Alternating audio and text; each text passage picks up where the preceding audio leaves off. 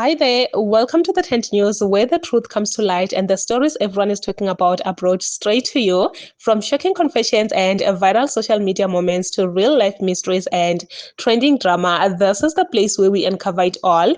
Now, please watch this video first, and I will be back with the rest of my commentary. Mina, I wouldn't mind ukuthi ngimvotele umuntu njengoJacinta personally. Ivota Mfowethu. Mfowethu. Yazi waze wangiphoxa mfowethu. Uyimisele kangaka. Uhlakaniphe kanje ngoba phela ukuhlala kuma broadcast kanje usho ukuthi labo bantu basuke bechithile. Kodwa manje thina esinokubulongo benkomo esihlala nje amacacasini kodwa mfowethu ukuthi ungakhuluma into efana nale. Yes, I know it's your personal choice. Yes, I know it's your personal choice, but to say ungavotela uJacinta noma ungizwe noma uphakela umthakathi. Mfowethu. Yebo mfowethu, nicabanga ukuthi ukuphatha country umdlalo. Nicabanga ukuthi ukuphatha country ukuphatha lapha phansi kwesihlahla ube induna. Uphathe idakwa lapha. Ngoba ukwazi ukuphula icrowd ethile abantu abangakwazi ukucabanga bese ucabanga ukuthi lo muntu umele ukuphathizwe. No man. No. Ngiyaphoxeka kakhulu mfowethu, ngiyakwethemba. Ngiyaphoxeka ukuthi ungakhuluma kanje. Kuyangiphoxa lokho kwangempela. Hawu. Ukuphathizwa bafowethu akusinsango.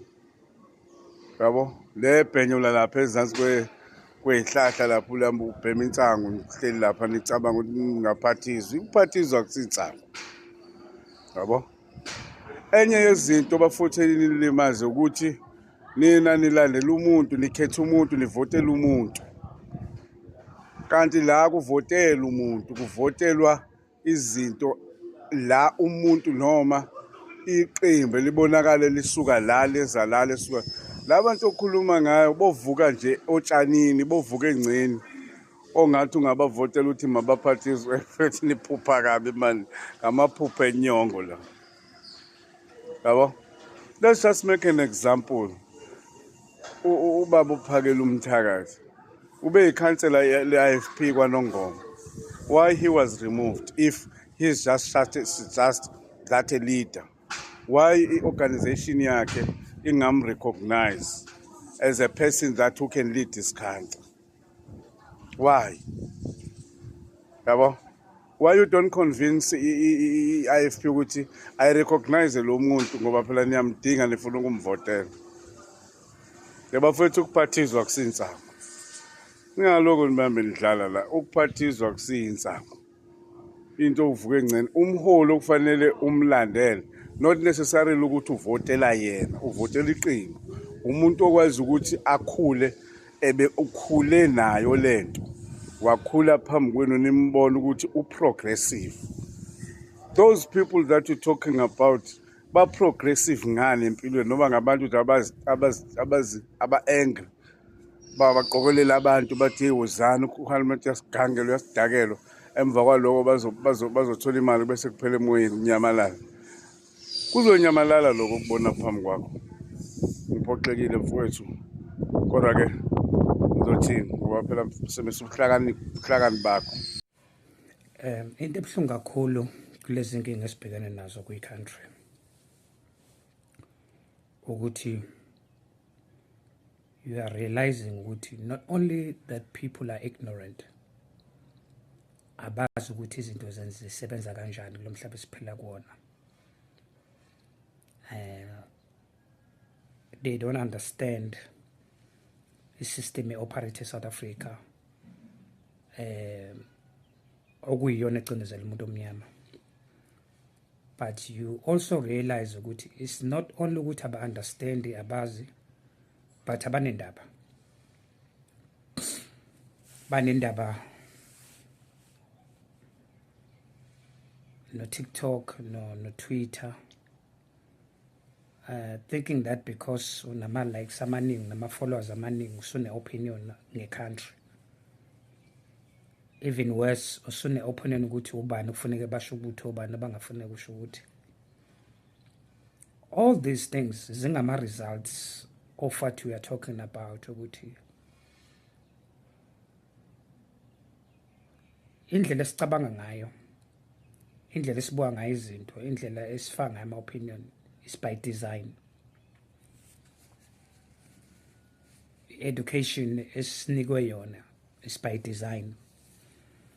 That's why sicabanga ngendlela sicabanga ngayo. That's why senza ngendlela senza ngayo. That's why sinalenkinga ye-march on march. Sinenkinga yabantwana bakaphakela abangakwazi ukurizina, abangakwazi ukudebate, abangakwazi ukarguisha, bakwazi ukuthuka inhlamba. The level of hate they express online towards other African people, it's revealing.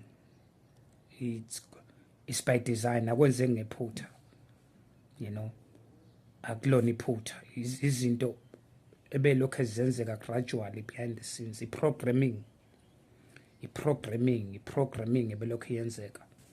Hence we can tell you for free ukuthi March on March is a disaster. March on March is a crisis. In fact, for thina ehlala KwaZulu Natal kubukiswa ngathi not only nisenza isitha sezwe but nisenza isitha se-Africa. Africa is no one but Africa. Africa has no one but Africa. Africa has no friends. Africa has interest groups. Africa is one continent where everybody wants to come and take away from. Africa is no one but Africa. And it's deeply concerning ukuthi ama-statement anjengalawo kubantwana baphekela washo lutho. It shows ukuthi abantu, they don't really care about izinto ezenzeka in the past. Hence they do not care about izinto ezizokwenzeka in the future. That is why it is uma aware about izinto ezenzeka kwi-country and ezenzeka around the world, it is careless of you to be quiet right now. It is too risky to be quiet right now because it means we will hand over our future to people esazathi ukuthi bazoyidestroya. Imagine unenduna enjengoPhakela Mthakathi, uno-government onjengoPhakela, uno-chief onjengoPhakela. Imagine unomholo onjengoNgizwe. Now, don't make a mistake. This has nothing to do with ufundile umuntu. Imfundo has nothing to do with this. The shocking part is that most of you abanama degrees amakhulu nani abakhuluma ingisi enkulu, they do not know anything ukuthi kwenzakalani kulomhlaba esiphila kuwo. That's the shocking part. They are amongst the most ignorant. And that's the shocking part. So if ngenza lama comparisons, it's not because mhlawumbe ngibuka imfundo or what, but the mindset. The problem is the mindset, the way of thinking, the way of approach, and the way you belittle umuntu omnyama is kuyathusa kubhlungu. Kodwa some of us are praying and our prayers will prevail. Whoever is funding the cause March on March will not succeed. Even if ingazama ukucasha ngama-politicians, none, it won't succeed. It won't succeed. And we're going to keep praying and going to keep talking and going to keep enlightening. Laba bazosizwa, even if sizwa baningi abayi-few, laba bazosizwa. And they will understand and rise up and resist. That's what is needed right now.